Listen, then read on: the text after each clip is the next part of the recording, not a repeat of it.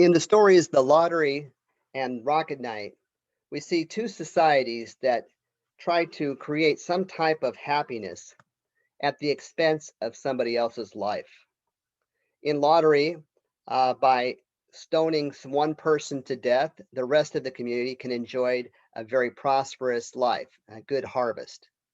And it seems like a good system. It kind of works for everybody, except for the person who's chosen to die. And so when Tessie Hutchinson starts crying, it's not fair, it's not right, it makes us contemplate the justice in that system.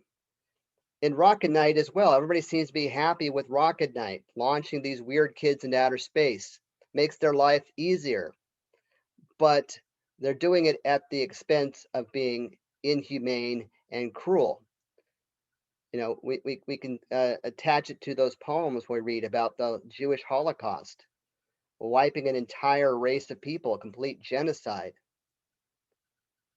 And people thinking, well, we can exterminate the Jews and we'll have a better society. And people stand by and go, hey, as long as it's not me, I'll just be an innocent bystander and I'm not going to get involved. All right. And so nobody stands up. Nobody stands up and defends the poor kids in Rocket Knight. They are all content. As long as I'm not the one being launched in outer space, then I'm good with it. So now here in the story, The Ones Who Walk Away from Omelas by Ursula K. Le Guin. Ursula Le Guin is a really famous writer as well, an award-winning writer. And in here, this story, she presents another image, illustration of a society that tries to achieve some type of perfection or happiness, some type of utopia, this perfect society at the expense of the individual. All right. So she creates this fictitious fantasy land and says, don't get too caught up on the details. She says, imagine this land in any way that you want to imagine it. But the society basically could represent any society, any real society in the real world. So again, remember we talked about it being summertime and then late October. And again, we have another festival of summer. And so Omelas is celebrating this festival of summer. And you see this beautiful town, this bright towered town by the sea. See all the sparkling, the boats, the flags, and just these big processions as everybody's coming, gathering around and proceeding to the festival. They're going to have these races, right? So just look at the way that the town is described and the way the people are described, and this big, happy celebration. Just like the people coming around at the Rose Hills community getting excited for Rocket Night and all the townspeople getting ready for the lottery. There's the same kind of commotion here. People are excited about the festival. And they head to this area called the Green Fields. And they're going to watch this horse race.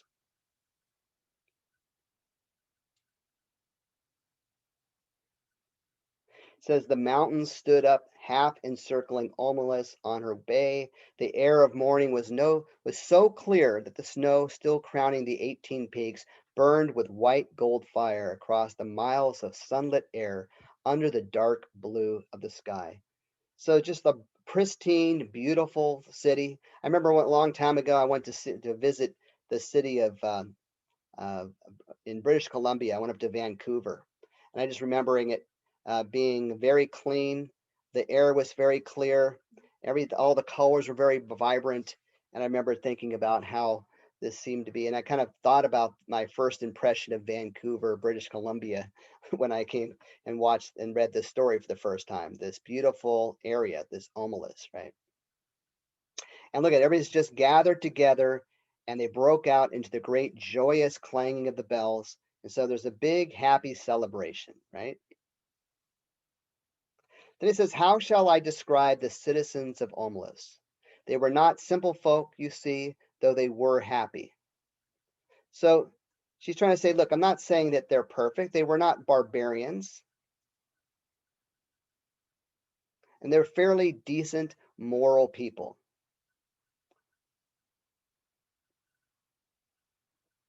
They were mature, intelligent, passionate adults whose lives were not wretched. She says, Omelas sounds, in my words, like a city in a fairy tale, long ago and far away. So if this city seems too much like a fantasy, she says, perhaps it would be best if you imagined it as your own fancy bits. Use your own imagination. If you don't like the image that I'm describing here, then change the details however you would like. Use your own imagination and picture the city in the way that you would like to. Right? So she says, the author says, speaker, narrator, look, I'm not going to please everybody in the way that I'm describing it. So if you don't like some details, go ahead and switch it out.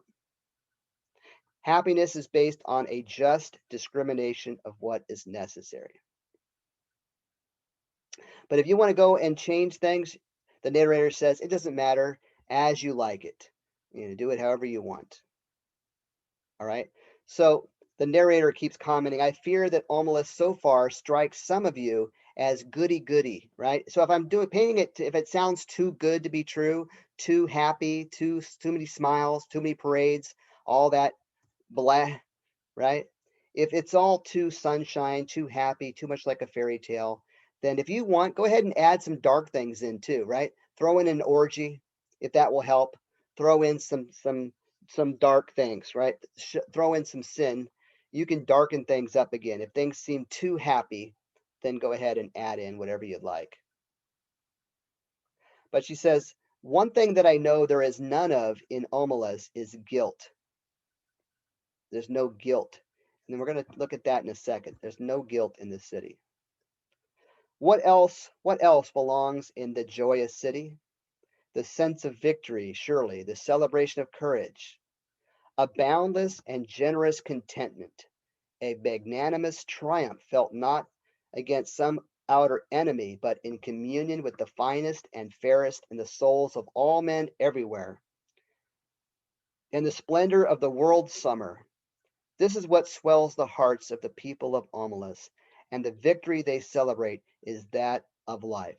Okay, so just this is sort of a fictitious kind of imagination of a city, but the point is that it's a society that could be pretty much any society. It's a good society. Everything is working well.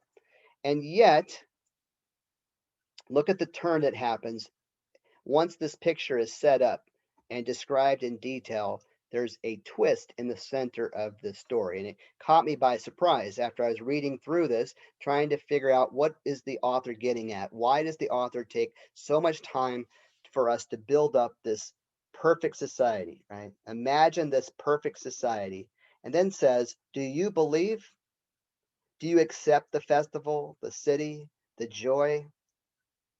So again, if you still think of this as being too much sunshine, it's too perfect. In fact, the word utopia, often used to describe a perfect society, the word utopia actually means no place or nowhere. The connotation is that that it is not possible to have a perfect society. So she says, well, you still don't believe me? You still don't accept all this is true? No? Then let me describe one more thing. And here's the dark turn here. It's very disturbing, this long, long passage. Okay, you can read through it. But basically, what we find is that in deep down into a dark basement, there's this young child that's locked. No window, no light. It says a little light seeps in dusty cracks in the boards.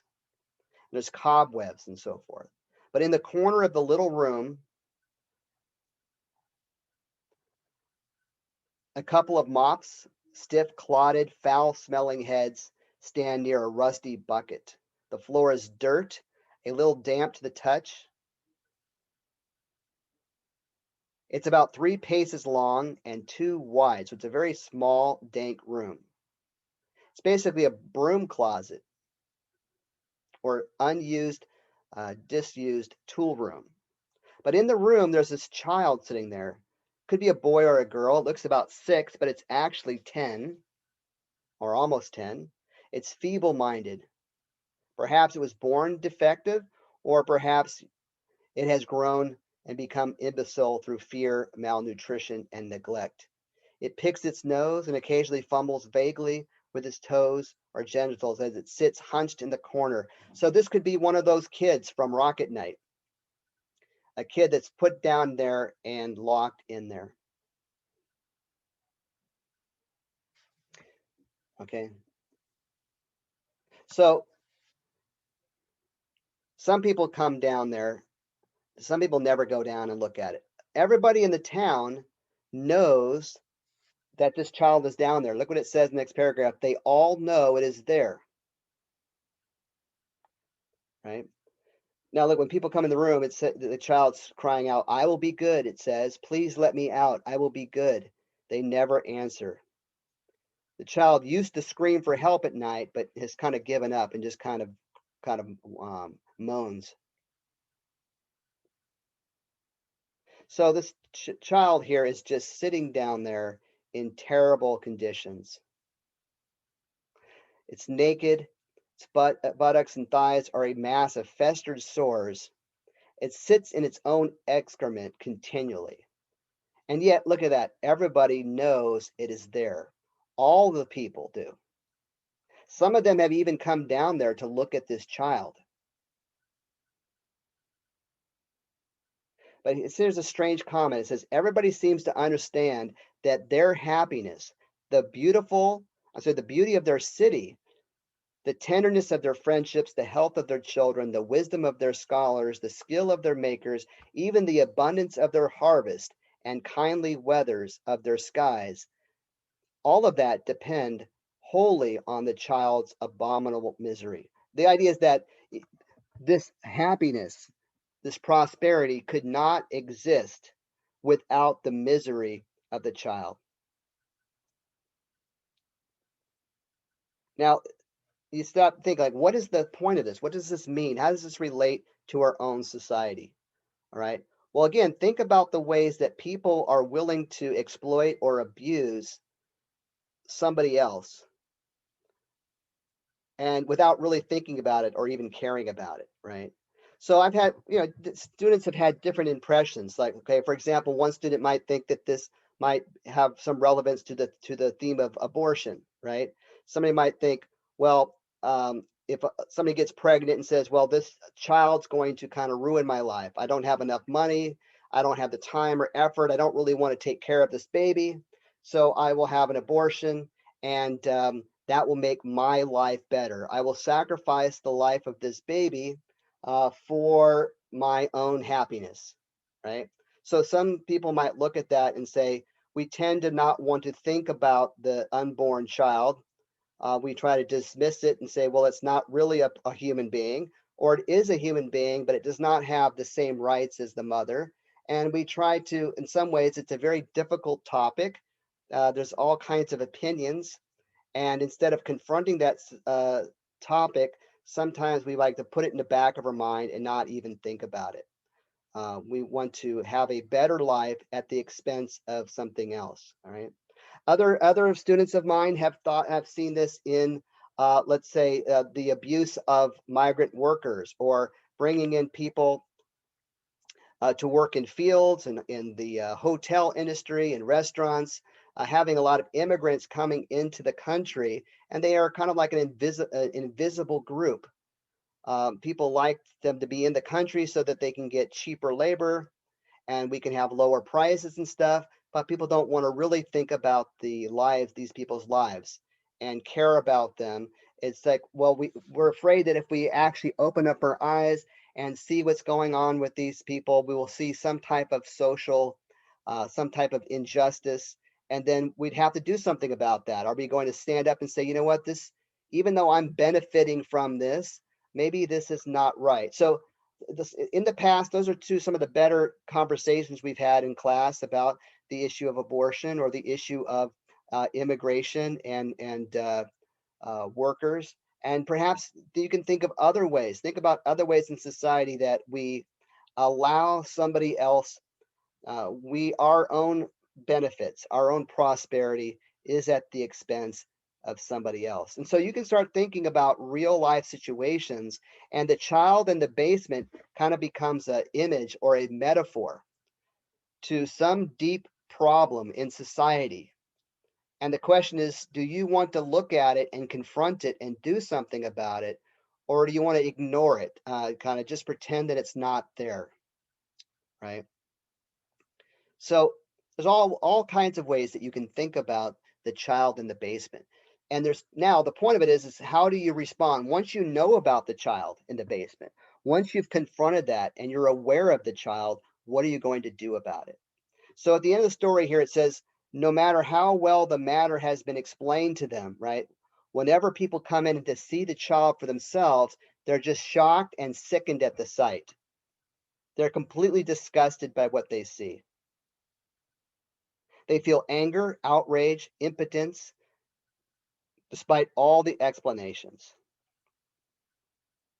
They would like to do something for the child, but there is nothing they can do. So you feel terrible, like, oh, I'd like to do something, but then you feel hopeless or powerless. You feel like, well, there's nothing I can do about it. So do I just go along with the flow with society? Do I just conform?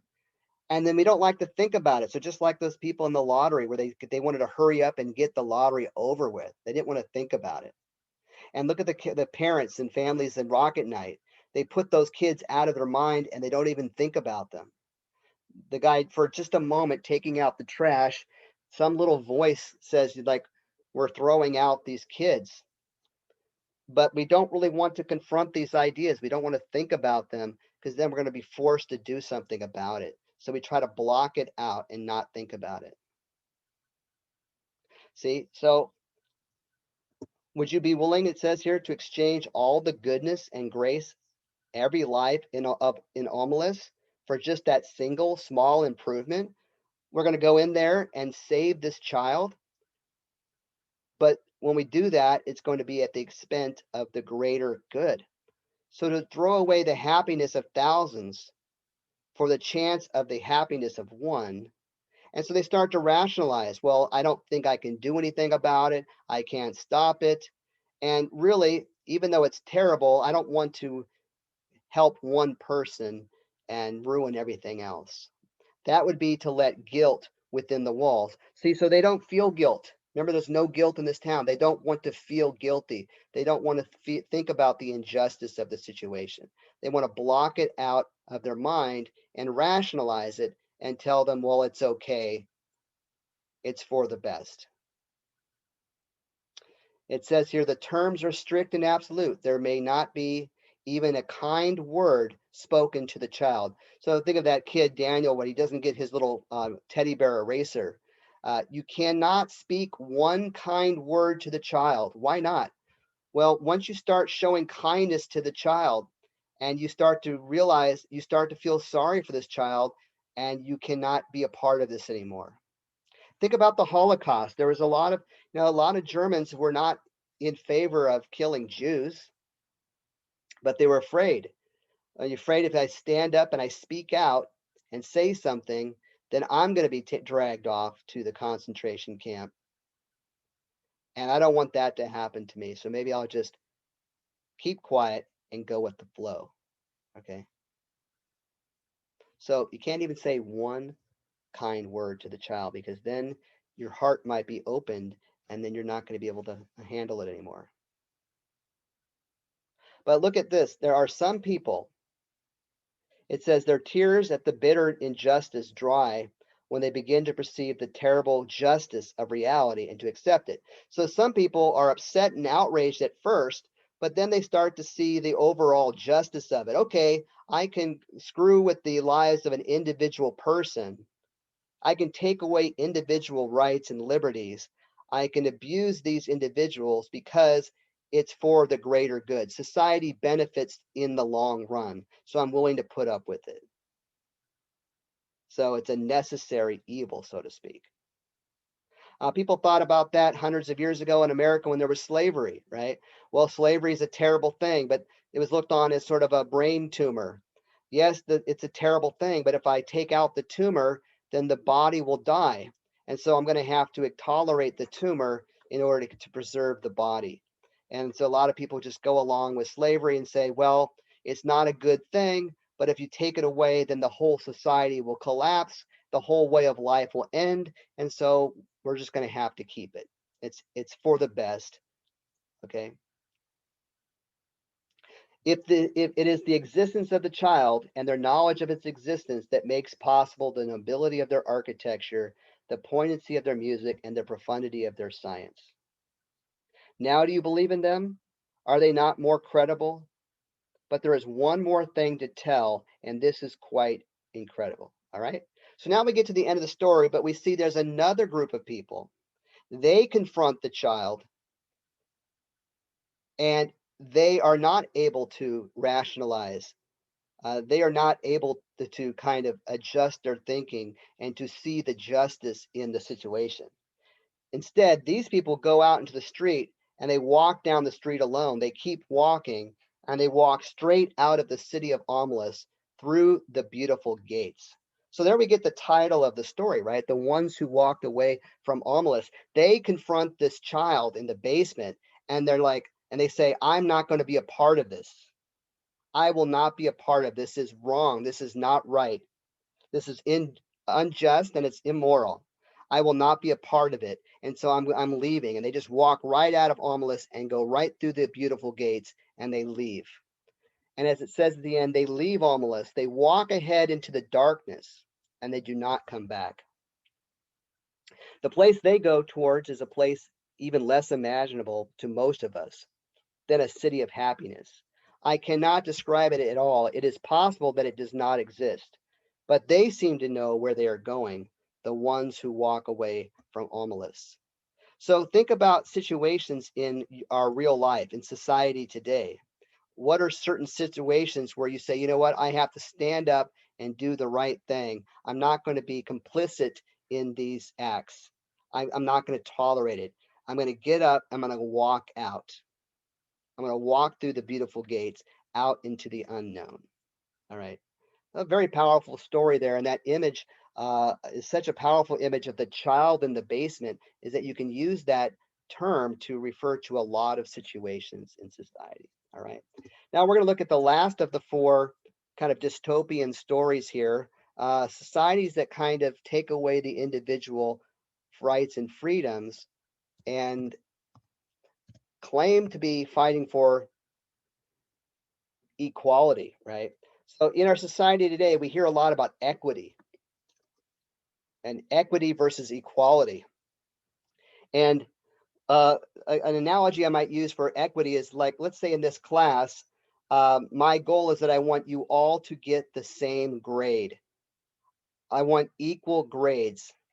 And so what I'm going to do is I take all the points that I can from people earning an A or a B in the class.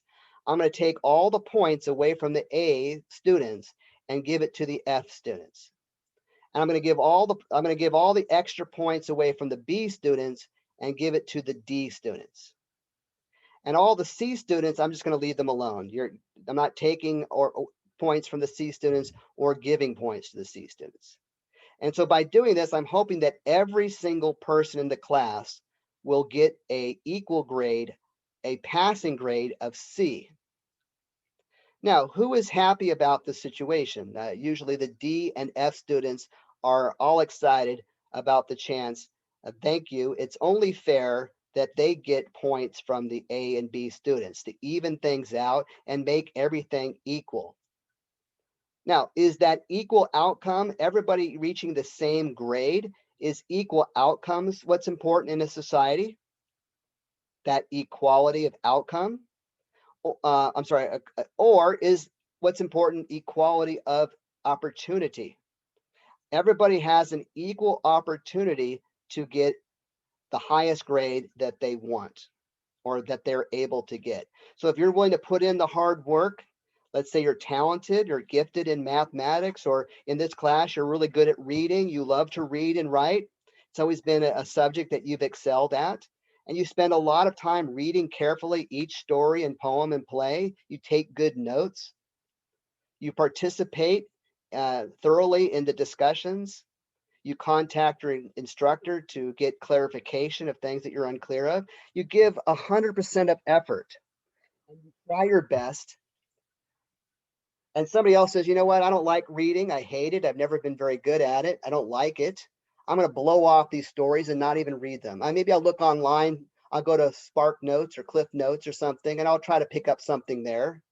And I'm just going to kind of just breeze through the class without really caring or paying attention. Now, to me, justice means that the person who tries hard and does good work deserves a higher grade than somebody who doesn't try and who's somebody who writes inferior work, doesn't meet the page requirements, doesn't provide specific reference to the story, plagiarizes ideas off the internet without citing them carefully. So my goal here is not, I'm not looking for equal grades, equal outcomes. I'm trying to develop equal opportunity. I will work with each student, and I hope that each of you will work as hard as you can to get the best grade that you can.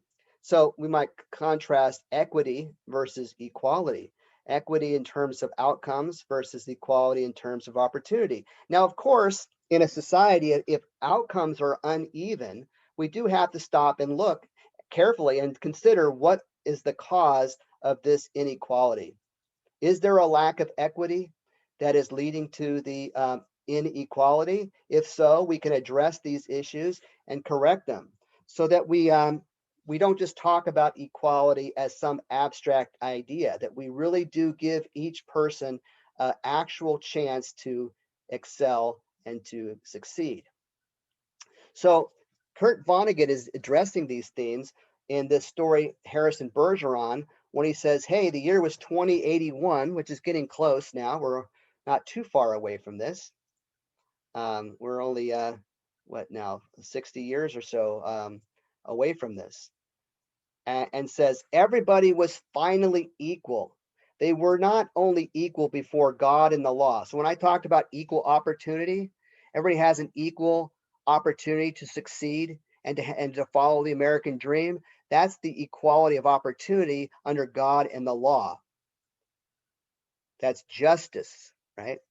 I'm not talking about that, he says. I'm talking about actual equality of outcome, social justice or equity. I'm talking about everybody is equal in terms of everybody has the same amount of money. Everybody has the equal amount of intelligence. Everybody is equally strong. Everybody is equally, well, I'd say, or weak. Everybody is equally ugly.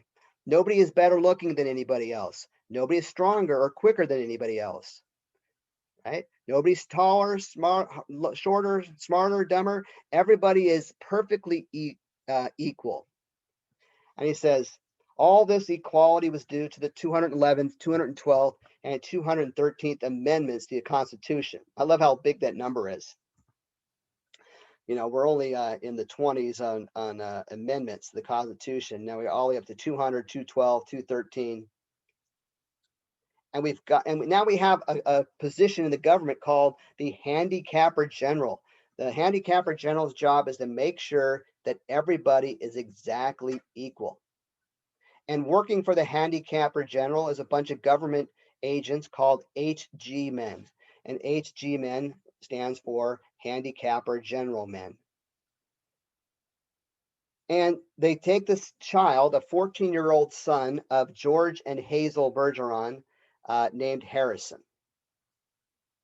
Now, notice this couple. Hazel has average intelligence, not very bright. But George is very intelligent. And so what they do is they put a handicap, they put a device inside the ear that so whenever he tries to have a complicated thought, an intelligent idea, this noise goes off. He says it's like hitting the milk bottle, or this big ringing goes off in his ear, and it disturbs his mind, and so he cannot keep his thoughts straight. So by using these radios in the ears, they prevent somebody from being smarter than somebody else. So he's required by law to wear this at all times. Every 20 seconds or so, it sends some sharp noise out there just to make sure nobody's thinking. Okay. They're watching TV, And says he tried to think a little about the ballerinas. They were not really very good. So because nobody can be any better than anybody else, you're never going to watch dancers on TV that are good. They have to suck at dancing so that all of us watching feels equal. When we watch somebody who's really good at dancing and we're not able to dance, we feel bad about ourselves, right? And if we see somebody singing and they're really good at singing and we cannot sing, we feel bad about ourselves. And we don't want anybody feeling inferior. And so let's just make sure that everybody sucks at dancing and everybody sucks at music. So they put a bunch of weights around the dancers so they can't move around, right? And if the dancers are too good looking, look at that. They put masks on their face so they all look pretty ugly. It says here, so that no one seeing a free and graceful gesture or pretty face would feel like something the cat dragged in. So we have to protect all of our emotions. Nobody wants to feel bad about themselves. So we handicap them and make sure that they are all equal. Now, the handicapper general now in the story is named Diana Moon Glompers. Okay. Now we find out more information. Not only is George Bergeron intelligent, he's also very strong. So he's got 47 pounds of birdshot in a canvas bag padlocked around his neck, weighing him down so that he cannot be strong. And the wife feels bad for her husband that he has to deal with all of this weight and these noises going off in his head. So she's like, maybe we could just cut a hole in the bottom of it. Maybe just let out a little bit of the weight. Maybe we could lighten the load a little bit for you. And he says 2 years in prison and $2,000 fine for every ball I took out. So for every ball you take out, it's $2,000. It might even be 2 years in prison for each ball. So if I take out 5 balls, I'm looking at 10 years in prison and $10,000 in fine. So I'm not going to call that a bargain, he says. Just bend the rules. Don't break the rules. Just bend it a little bit. Just for a little bit, take a load off. And look what George says. If I tried to get away with it, then other people would get away with it. And pretty soon we'd be right back to the dark ages again with everybody competing against everybody else. You wouldn't like that, would you? See, he kind of sounds like old man Warner. Oh, man, we got to go back to the dark ages when everybody's running around trying to fight with each other and compete about who's the best. You don't want to go back to that world, do you? We finally got equality. I start taking out these weights or remove that radio from my ears, and we're going to lose equality. We don't want that, do you? And Hazel says, oh, I'd hate that. Well, there you are. The minute people start cheating on the laws, what do you think happens to society? And she's like, I reckon it'd fall apart. So as we're watching, we see there's an announcement made on the TV, and it's kind of funny here. The announcer is not a very good speaker. He has a speech impediment. So you have to have the announcer be a poor speaker, because if he was good at reading the news, then it would make everybody feel bad. So the announcer here has a speech impediment and is not very good at pronouncing the words. And so he's trying to say ladies and gentlemen, but cannot do it. So it says the announcer finally gave up. And look at Hazel's response. Oh, that's all right. The poor dear, she says, that's the thing. He tried his best. He tried his best with what God gave him. He should get a nice raise for trying so hard. And we're so much like that in our society. Everybody deserves some type of trophy or reward simply for trying hard. It's not their fault that they're not good at something. Um, as long as you just try your best, you deserve a nice big reward. Now they see this ballerina and they said she must be really beautiful because she had the most hideous mask on her face. And it was easy to see that she was the strongest and most graceful of all the dancers, for she had a handicap bag that was as big as something worn by a 200-pound man. And she starts to speak, and her voice is too beautiful and lovely, so she has to apologize and then change her voice and start speaking in a way that is absolutely uncompetitive. So she says something in a clear voice, and goes, and then tries to say it in a different way.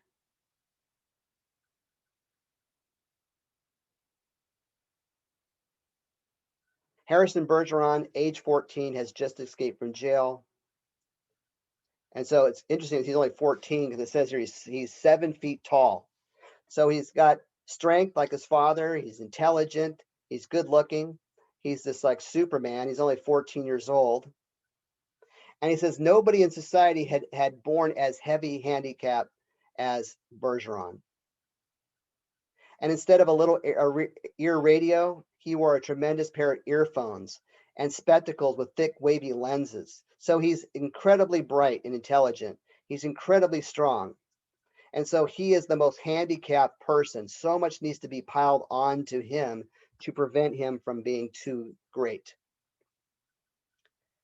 He carried, look at 300 pounds of weight on him as a handicap. To offset his looks, they required that he wear at all times a red rubbered ball nose, like a clown nose on his face. He kept his eyebrows shaved off, and he covered his even white teeth with black caps at snaggle tooth. So he had to put on fake teeth, a clown nose, rub out. He had to do all this weird stuff to make sure that he wasn't too good looking. So there he is. He breaks into the studio, clanking, clownish, and huge. He stood in the center of the studio.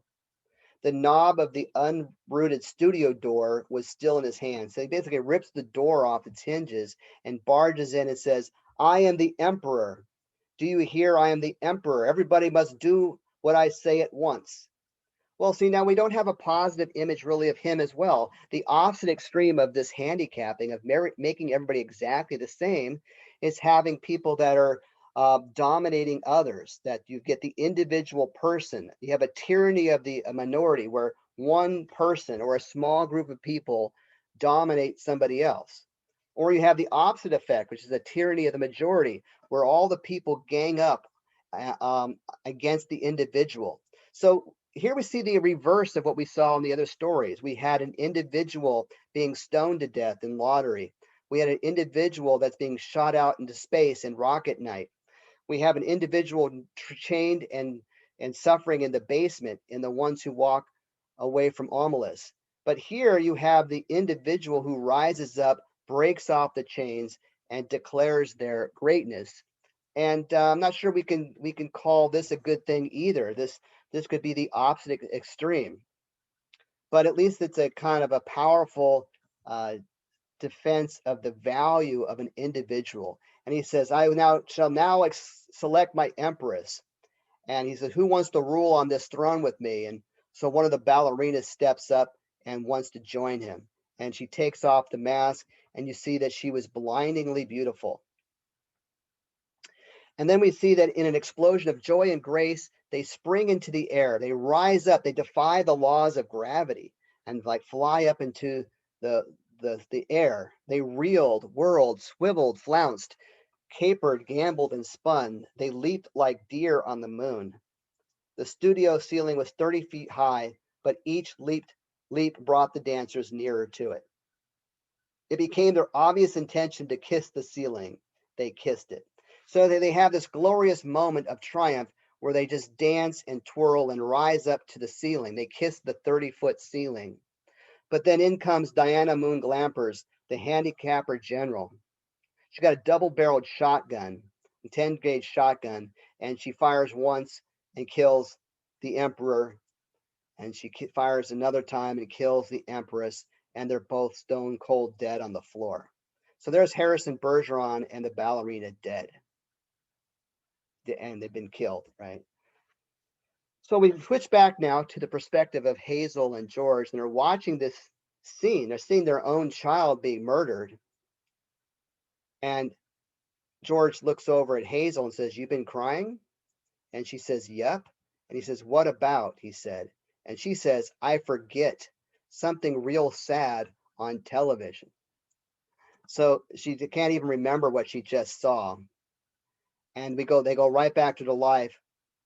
And then this noise, to keep George from having any kind of thought, this noise goes through his head. And she says, "Gee, I could tell that one was a doozy," said Hazel. And then there's the old joke. He says, "Well, you can say that again." And so she repeats, "Gee, I could tell that one was a doozy."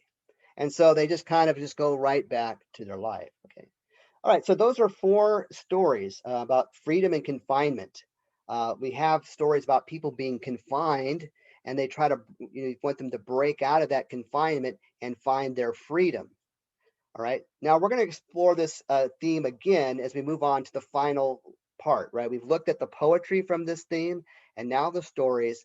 And so we're going to move on next and look at this in drama at the play called A Doll's House.